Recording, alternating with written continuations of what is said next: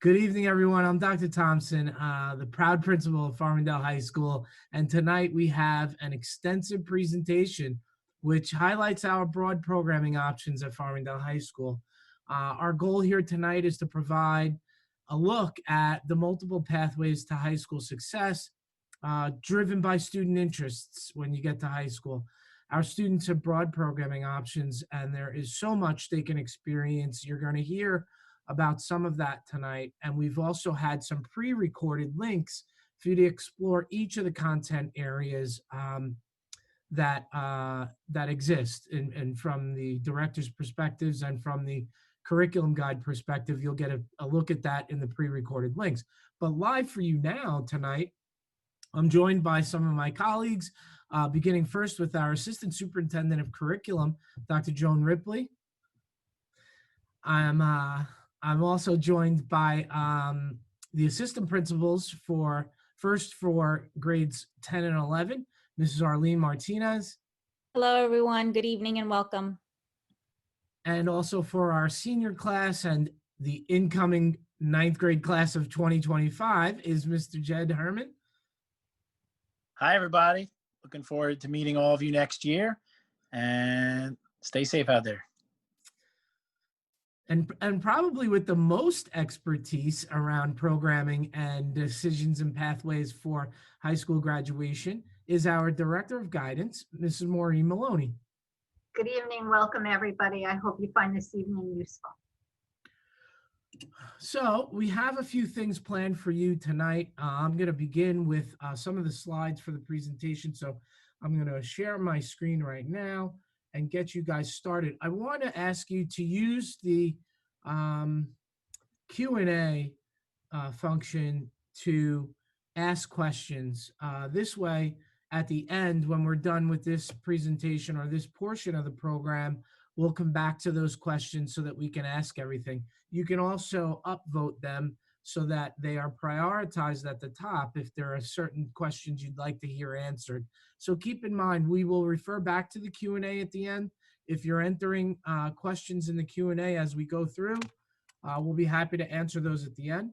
You also will have an opportunity to follow up with any of the directors. Their information is contained in the slides on their pre-recorded links that are on our webpage. So if you go to the website and you look under the incoming ninth grade orientation or the parent meeting, you'll see those links from the content area directors, and their information is embedded in the presentation of those pre-recorded links.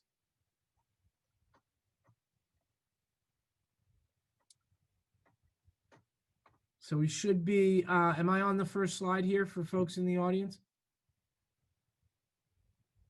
Yes, you are, sir. Okay, thank you. So we started here with a brief introduction of who you are joined by tonight. So again, thank you to my colleagues, including Dr. Ripley. And this is a list of all of our content area directors. And again, their information is contained in the slides that you'll see in the pre-recorded links for this evening. The live portion is what you have right now. So our directors prepared some of the pre-recorded information that you can experience on those links. And I want to start by talking about the importance of the transition to high school and what kids have in terms of an opportunity. They have a tremendous opportunity to experience so many different things, and we want them to. A lot of times students want to load up in as much as they can. And early on, especially at the age of 14 or in ninth grade in particular, it's a lot. And we just ask that you certainly do experience all that you can, but remember that balance is the key.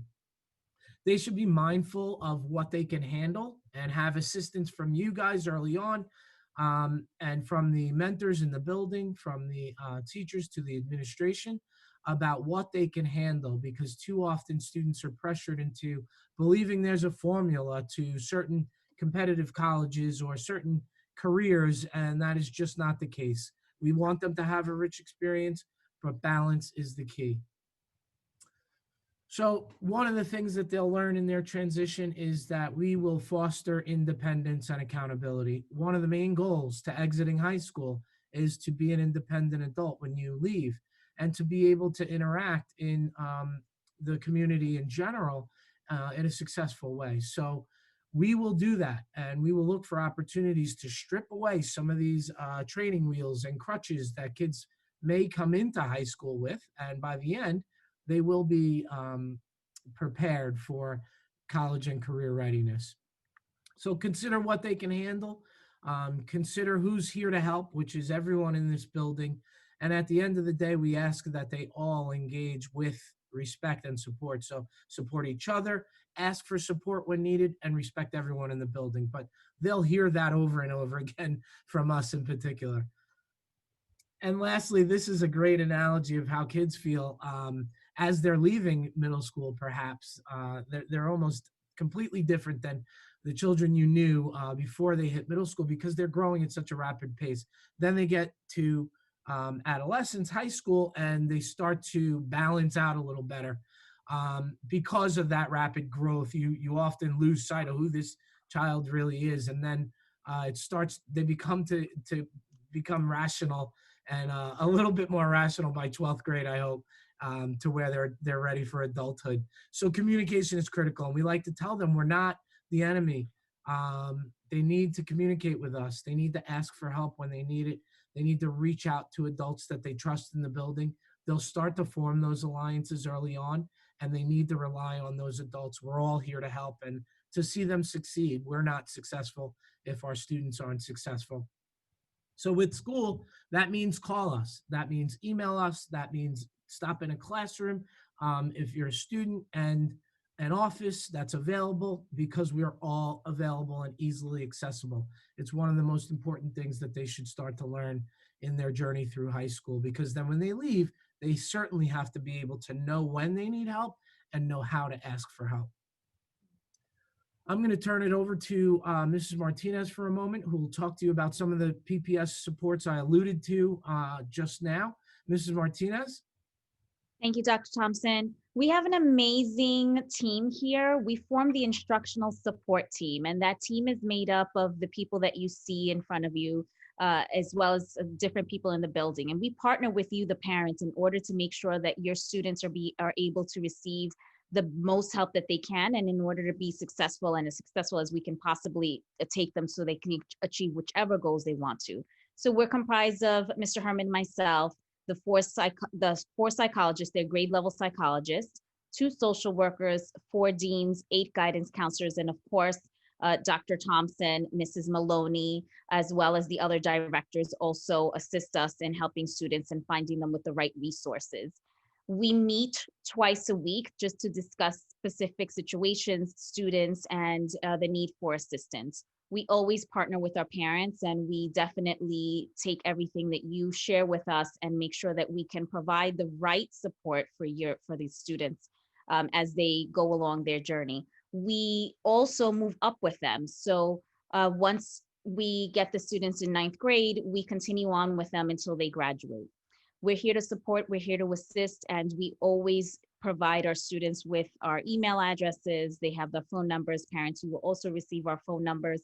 And in the event that there's something that you need to reach out to us for, we're always here to support. Thank you. And next, to talk about some of the resources and supports that we have with regard to academics is Mr. Herman.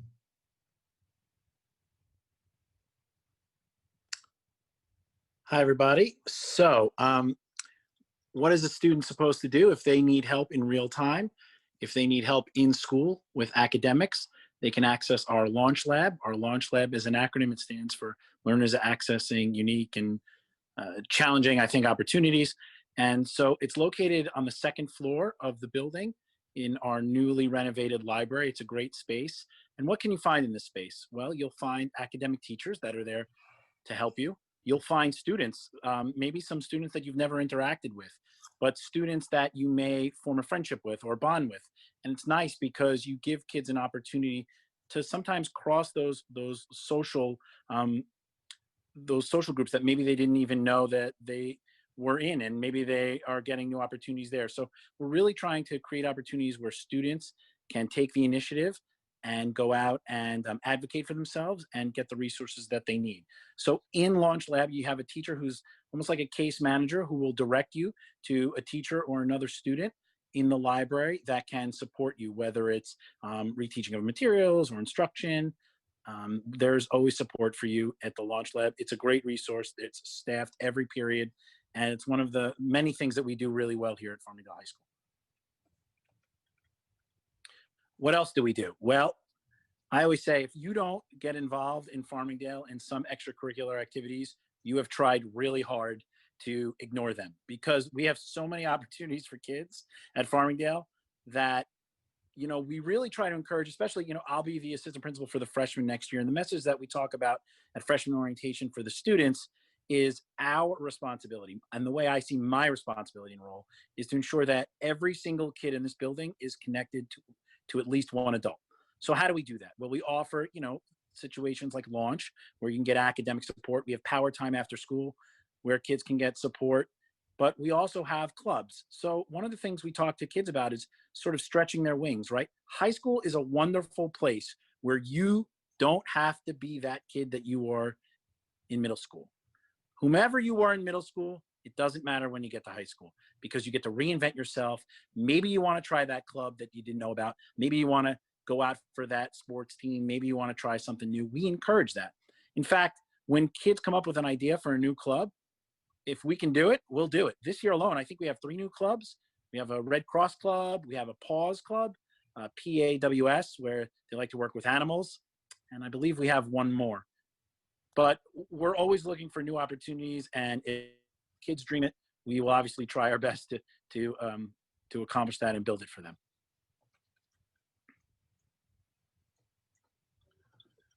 And finally, we offer Power Time. So Power Time is after school 3 days a week. It is Mondays, Wednesdays, and Thursdays for 1 hour in the library when we're in person, or it's virtual when we're not. And that's an opportunity for students to meet with teachers and get academic support. It's also an opportunity to maybe work with some other kids.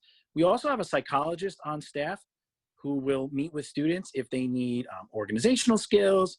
We have special education teachers in there to help, again, assist with organizational skills, study habits, social emotional support. So we really try to build systems to support individual student needs.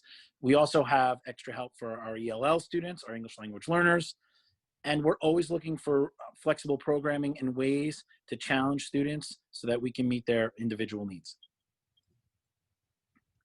And next, I'm going to ask Ms. Maloney to bring us through some of the counseling pieces, the programming pieces, because you will be experiencing that at Howard in a unique way. And Mrs. Maloney supervises the guidance counselors at Howard as well. Mrs. Maloney? Thank you. So building on what you've already heard, when Dr. Thompson was talking about balance and Mr. Herman was talking about engagement, I think the most important thing for you to take away tonight is that no matter what learning situation we're in, when we start this process, we have learned as we've gone, and we will modify whatever it is we need to do so that your children don't miss out on the opportunities to plan with caring adults. So this slide really touches on the fact that counselors, both at the middle school, and as you'll see in the upcoming slides where I mention how the high school counselors, along with the team here at the high school, also come down to help transfer kids up from 8th grade to 9th grade. One of the other takeaways when we talked earlier, Mr. Herman touched on the assembly for the incoming 9th graders, or the orientation, and then we also have an assembly, is that within the first couple of weeks, so within the first 3 weeks that your 9th graders are up here, counselors meet one-on-one with them, because we want to, as we've mentioned before, help connect students quickly and really help them, first off, help us know them and help them know what's available here at the high school. So this year was a little unique. The counselors thought of a way. They really wanted to meet in person with as many 9th graders that were comfortable, that are in the building. So we met with our remote kids too, of course. But what they did was Dr. Thompson let us borrow some tents, And we got tables set up outside in a courtyard near my guidance suite, and we met one-on-one with the ninth graders, because it is so important to start those conversations or continue the conversations they've been having. So this is where students really get to taste and explore who they are. So our guiding principle working with the children is to help them explore who they are and to avail themselves of the options and opportunities that exist here and in the community. Mrs. Martinez already talked about the fact that we meet twice a week to really stay on top of students, both socially, emotionally, and matter of factly, their grades. So your counselors monitor their grades, we do classroom lessons, and your counselors are broken up by alpha, but of course are with the students all the way through high school. Okay, Dr. Thompson is my Vanna White is changing the letters for me. So I really just wanted you to know that we are thinking up right now additional ways that we can transition 8th graders starting in the spring to help get them as much information as they need to make the choices that they will need to make to plan moving forward. So whatever we need to do, we'll adapt. Okay, Dr. Thompson. So this is an example of something we do up at the high school when they're here in grades, when they're actually here. This is a picture of an electives fair, but I used this because I wanted to give this as an example of adaptation, because we're already thinking about what and how we would adapt this if we need to. And yesterday, as a matter of fact, here for the students who are here, the counselors organized what's called a volunteer fair. So usually we have outside community groups who come, and students come during their lunch periods, and they get to meet with them, get information about ways that they can be engaged in the community, and there are so many. This year we had to modify it, but again, it happened. So I'm just reinforcing that whatever it looks like, it will happen. So Dr. Thompson talked about the timeline. We want your students and you to have all the information that you need to make the choices, and that's why the subject area directors have done very comprehensive, I don't know what you would call it. I'm going to call it an infomercial. It's not quite it, but sort of information for you to make decisions. And the information you're going to receive is really based on the questions that parents have as their students transition from grade 8 to grade 9. Because each subject area has various recommendations. Science is pretty simple. If you're in living environment, you're going to go to earth science and so on and so forth. Humanities, we really want students to have a good idea of what that looks like and what their 4-year pathway will be. But we will have individual conversations. Counselors will, again, either virtually or in person, do lessons with students in their 8th grade classrooms. And then they will have follow-up meetings with you and your child to plan moving forward. We will be mailing home a very comprehensive review of all the courses that we have here at the high school. Those will go home in January. And then because there are so many 8th graders and we want everyone to have enough time to make those choices and have those conversations, counselors will start meeting really mid to end of January. And then you'll talk, you'll plan, and then I'll build a master schedule. And then end of August, similar to what you have at the middle school now, it'll be available on the portal. So the guiding principles, or I think of it as the floor, not the ceiling, that helps us plan are the New York State graduation requirements. Dr. Thompson, would you just go to the next one? So this looks really overwhelming. Don't worry about it. It's in the curriculum guide. There is a 4-year planning sheet that breaks all of this down. I think the most important takeaway is that students should be considering taking their, I'm going to call them 5 core courses. So everybody takes 4 years of English, everybody takes 4 years of social studies, and there are specific courses depending on what grade you're in. And those really detailed information is provided by each subject area director and the other information that'll be available online. You have to take 3 years of math and 3 years of science, but all our students should be taking 4 years of math and 4 years of science. And then there are other things like everybody takes health, everybody has a fine arts requirement.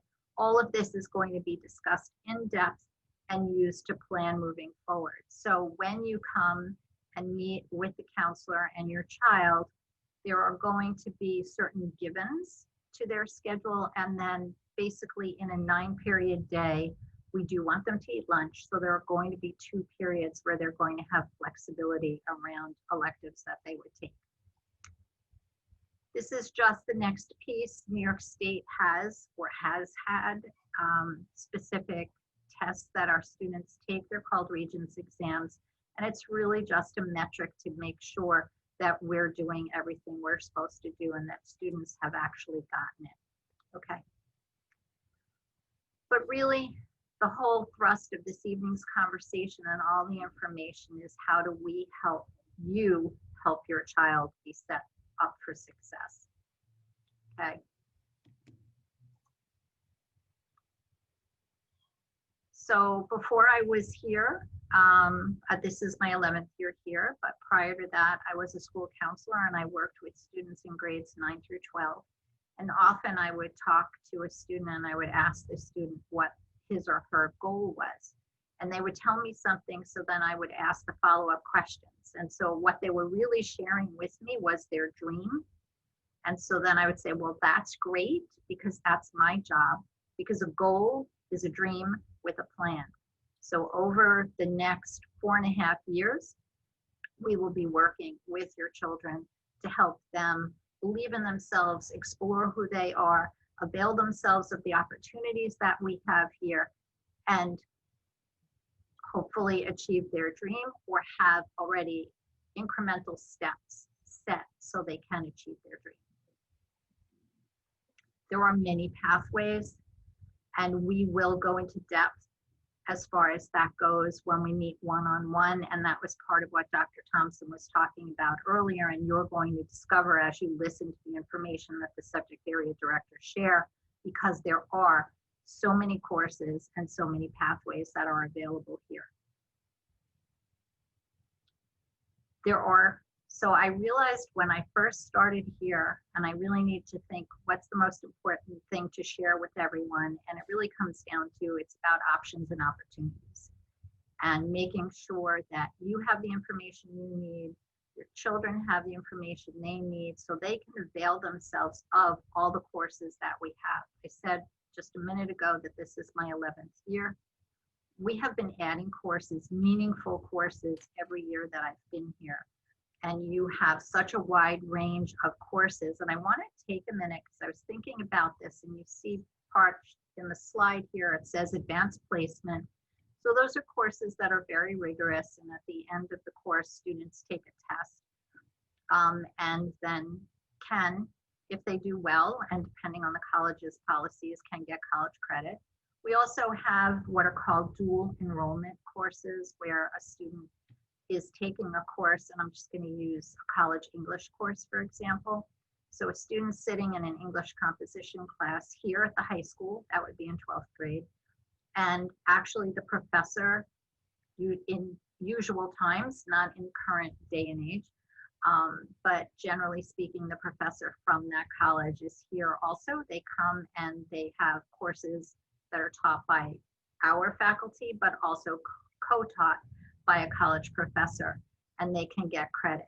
But I just used English Comp as an example, but I want to also share with you that students can explore and get college credit in a wide range of business courses. Also, they can get auto technology course credit, and they can get culinary college credit. So it's not what perhaps you're thinking, because I started with English Comp. I want to just expand that.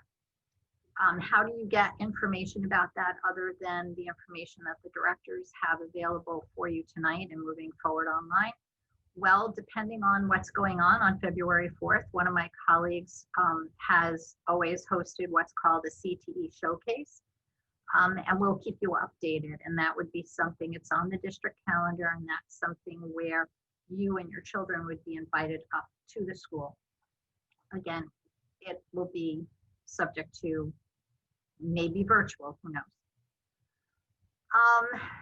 So this is Dr. Thompson's slide, because he's been working awfully hard along with everybody else in the building to have these results be something to talk about and be proud of.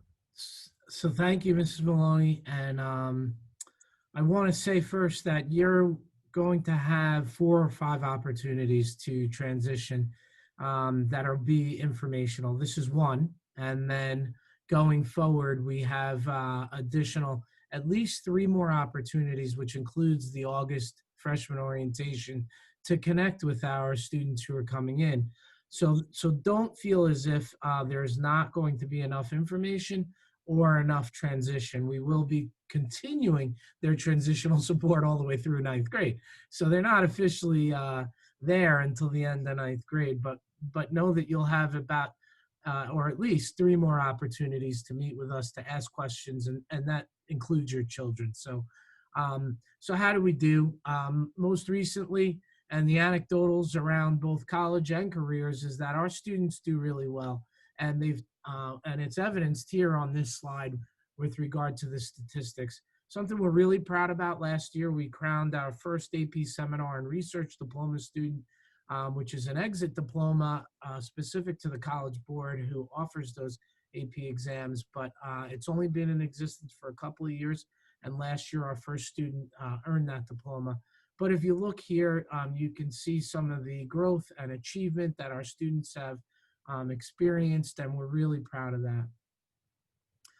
We like to say that we're a AAA school because our students excel in arts and music, athletics, and of course, academics. So we, again, pride ourselves in being a AAA school with regard to those 3 areas. And if you've seen us on the fields, you know they excel in athletics. If you've come to any of the concerts or the productions, you've seen us in arts and music. And finally, I showed you a slide that demonstrates the academic success that we have experienced. So we are indeed a AAA school. We maintain the fabric of our school, offering career electives, things that end in credentials on their diplomas in certain career fields and trades. All of those are available as well. So we are outlining some of the next steps that will occur for 8th graders right now. There'll be the scheduling process and overview that they'll handle through mid-December. There'll be individual meetings that follow that take them through mid-March, or toward the end of March, really. And then our team up here will start to plan initial meetings with Howitt for students who are entering. And in that way, we used to have an assembly. I'm not sure that we'll have a live assembly for the entire grade the way that we had in the past, unless things are changing with regard to COVID. But we do plan to have an initial meeting with the students themselves, and usually that's during the day. So it'll be some form of perhaps a webinar that's broadcast in their classes similar to this one that we're conducting tonight. Freshman schedules will be available on the parent portal toward the end of August. And again, we are planning to conduct another in-person freshman orientation. We did that successfully this year at the onset of all of the COVID protocols. So we look forward to being able to offer that again next year. Here are a list of counselors you should be familiar with, because these are your Howitt counselors by name and alphabet, and then a reference for the phone number there in that office as you set up and start to plan for an appointment with your guidance counselors there. And finally, our ending salvo. We really try to make sure that every student who exits Farmingdale High School is college and career ready. And you heard 3 words numerous times tonight. There are plenty of opportunities. There's a lot of planning that goes into it. And in the end, we want them to achieve at high levels. And that means all of our students. So I'm going to wrap up now and open up the floor to some of the Q&A. If there are questions in our Q&A section, we'll try to address those. Let me stop sharing here. Dr. Thompson, could I just jump in for 1 second? Absolutely, please do. Thank you. I just want to take a minute and just mention, this is just a very broad overview. Mr. Herman talked about supports that we have and the unique quality of students. So this is just the beginning of the conversations. This is truly a general overview. And there are so many more specific conversations that we are happy to have with you. I just wanted that as a takeaway. Absolutely. Again, we are accessible, and we will be available. Call, email, knock on the door. That was a little easier in the past. It's not as easy right now, but yes, we are accessible. And the folks you see here are always going to be there to support you and to respond to your questions and your needs. So that's what we are about. So please do reach out if you have questions, and encourage your children to start to self-advocate. Encourage your children to start to ask for help, because it's one of those skills that we hope they leave with, the ability to know you need help, and then the ability to ask for it when you need it. So I'm going to turn over to Mrs. Martinez, who has been Yes. monitoring the Q&A. Yes, actually only one question, and I think it's for Mrs. Maloney. The question was, does dance count for fine arts and gym? No, it's a gym credit in this school district. If you mean the dance that we offer here. I believe that's what was the, It's a PE credit. yes. Well, it's a half Yeah. credit, but yes. Thank Okay, you. so And then are- there was just another scenario that was placed in the chat bar, which my colleague, Mr. Herman, responded to regarding the number of advanced placement classes, as well as keeping a balance. And Mr. Herman, I think, answered that very well in terms of balancing your child. You know what's best for your child, and we will work to support you and the goals of your child. So I think that becomes a question, in particular, not coming into ninth grade, but when students are making that transition from ninth grade to 10th grade, because that's when there are so many options as far as AP that opens up to them. And Mr. Herman touched on it. You know your child well, and the conversations we have with students is that there is really just this wealth of opportunities. And it reminds me of the semester as an undergraduate, when for some reason I thought I could do 20 credits, which was really a poor choice. So it's really helping students figure out what they're passionate about and what they, want to do. And there's flexibility in the add drop processes that we have here. One of Dr. Thompson's sayings that sticks in my mind is try on college. So it's not a pressure cooker environment. What I love about Farmingdale, and you mentioned it already, Dr. Thompson, is that our students are learning for the love of learning, and they really support one another. They're not competing against one another. They're learning with one another. So ninth grade is just finding your balance and developing the skills you're going to need. And 10th grade will really be involved in those conversations about what's a reasonable number of APs to take in 10th grade. And I can tell you all, as a parent, I lived that with my daughter she walked home one day and said for her schedule, she had 7 APs in 1 year. And we had that conversation at home, because parents know best. The answer is no, you should not take 7 APs in 1 year. I have 2 more questions that came in the Q&A. The first one is regarding scheduling. Again, Mrs. Maloney, this one is for you. Do the parents that are on here, the 8th grade parents, do they schedule with their 8th grade counselors or with their 8th and incoming high school counselors? They schedule with their 8th grade counselors.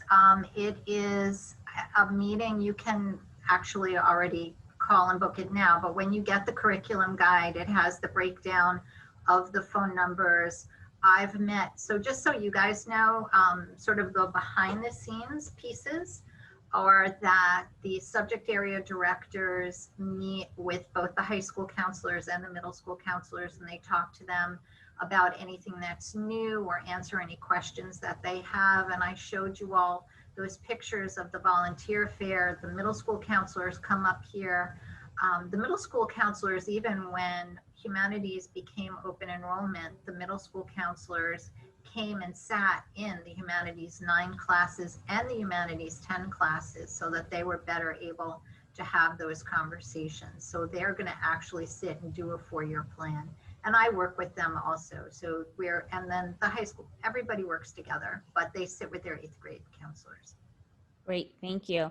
A great question came in. How many AP courses are there? So off the top of my head, I'm going to say around 15, but I may be lying to you. And it varies depending on enrollment. So some years there are more because there are more kids interested in more APs. I was going to suggest I thought there were 17, but you're right. There you go. It could I be. can pull up my Google Doc with my list because that's one of my jobs. But it's been a long day, guys. And Well, there's a question regarding the different types of special education courses. And I know that our colleague, Mr. Norton, is going to be able to provide detailed information on that. So that's in the pre-recorded link under special education on the website, but I will say that there are multiple pathways for special education students, and they're supported based on their individual needs.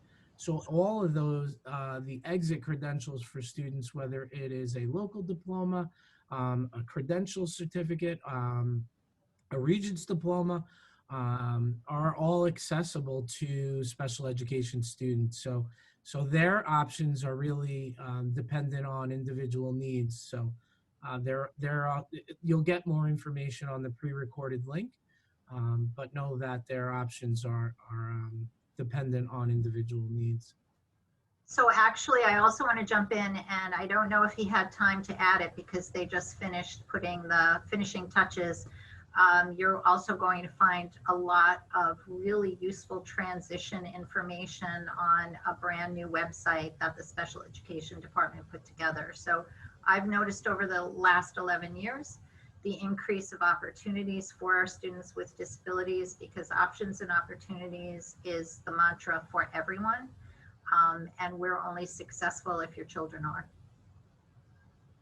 Thank you, Mrs. Maloney. Besides art and band courses, what else counts for fine arts credits? All right, so this pop quiz I can answer. There is one business course that it's fashion, and I'd have fashion merchandising. And then of course there is the graphic arts that also counts, and design and drawing for production. So what will happen? Theater? Yes. So what will happen is the counselors, when they do the workshop with the students in the 8th grade class, what they do is they take the big curriculum guide and they break it down, and they list all the courses that are available to 9th graders. And then they also put on that list every single course that is available for fine arts credit. And I see a comment here from Mr. Norton, who's in the audience. He said, yes, it's there. So that Excellent. link is in there. Thank you, Mr. Norton. I appreciate you being there and answering that question for us, even if it's in the chat. Great, thank you. Yes, and actually our other colleague, Mrs. Skirmamano, our math director, is also here in the audience, and she answered an Algebra 8 question. Thank you very much. Thank you, Mrs. Sciarrona. Regarding SAT, when do students start practicing for their SAT? Oh, I am totally going to leave this to Dr. Thompson because this is his baby that he has shepherded through the last couple of years. Go for it. And again, I'll mention Mrs. Skirmamano, who has helped us with calculators from the math department when this comes up. But yeah, we early and often, so even in 9th grade, students will take a practice PSAT 9. They will take the PSAT NMSQT in 10th and 11th grade. 10th grade, it's the qualifying exam for scholarship opportunities. 11th grade. Well, 11th grade, I'm sorry, so PSAT, 10th grade, NMSQT, 11th grade, I'd put them together. In 11th grade, it's the qualifying exam for scholarship opportunities. So if you score high enough by 11th grade, and remember, they'll practice in 9th, 10th, and 11th, and they'll also start to get their best SAT score by the end or the spring of 11th grade with those 3 practice opportunities. If they practice the SAT more than once, they'll probably get the score that they want before they exit. So that's designed, and it's also supported, thank you, Dr. Ripley, by the district, by the Board of Ed, when it comes to students taking these practice assessments. Great. Thank you very much, everyone. We don't have any further questions on here, but as Dr. Thompson and Mrs. Maloney mentioned, we are here to support and help. And thank you so much for this evening. Dr. Thompson is going to close us out. No, I want to thank my colleagues again, Mr. Herman, Dr. Ripley, Ms. Martinez, Ms. Maloney. I'm just working my way around these squares. Thank you all for supporting us in this way, a very different way to do this type of presentation. We like to be in person with you guys in the auditorium, but that is just not the case. I want to thank our audience for tuning in for this information. As I said, we're going to have 3 more opportunities to provide information and to prepare you for high school. And we look forward to working with your children in the future. Thanks again for coming tonight. And thank you to the colleague directors who prepared what you can now explore in the links on the pre-recorded portion. So all of our content area directors have contributed individual pre-recorded links for additional information that is specific to those subject areas. So please peruse those at your own pace and on your own time. But I want to thank my colleagues publicly for preparing those in advance for our program tonight. Again, we look forward to working with you children next year and have a good, strong finish to 8th grade. Take care and good night. Be well, everyone. Stay healthy.